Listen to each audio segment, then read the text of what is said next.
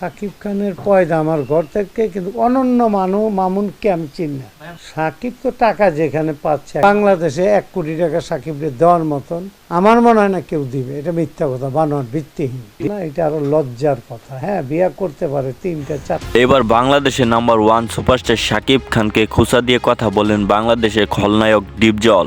সম্প্রতি শাকিব খানের একটি সিনেমা মুক্তি পেতে যাচ্ছে, যার নাম হচ্ছে দরদ। এই দরদ সিনেমা মুক্তির কথা ছিল 6 সেপ্টেম্বর, কিন্তু দেশের পরিস্থিতির জন্য এই সিনেমাটি মুক্তি পায়নি। কিন্তু এই দরদ সিনেমা নিয়ে ডিপজলের কেন এত মাথা ব্যথা? ডিপজলের ব্যক্তিগত সমস্যার জন্য নাকি অনন্য মামুনের সাথে কোনো রকম শত্রুতা? ডিপজল বলে শাকিব খানের সিনেমা তো এখন টুকাই পোলাপানেরা দেখে।